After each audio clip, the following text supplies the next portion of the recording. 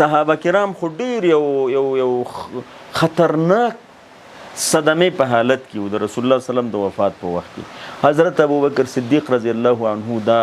خطبه ورکړه او دی ویل چې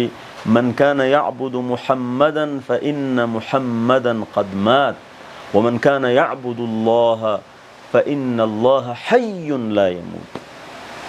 حضرت او به دا آیت یو چې وما محمد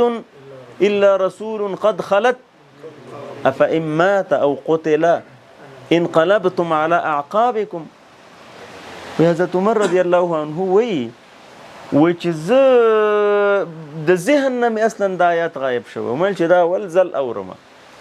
هغه د صدمې او د دغې په ولې. نو محترمو خبره دا ده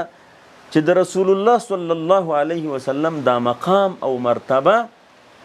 دا په خپل ځای لیکن د الله تعالی بندو ځکه ویل چې عبده ورسوله عبده ورسوله دا په دې خاطر ده چې د دې امت په مخ د دغه شرک دروازې بند شي چې هغه شریک نشي کېدلی او هغه وایي چې زه بنده یم نو نور څوک هغې سره د شراکت حق لري؟ هېڅ څوک هم نه لري.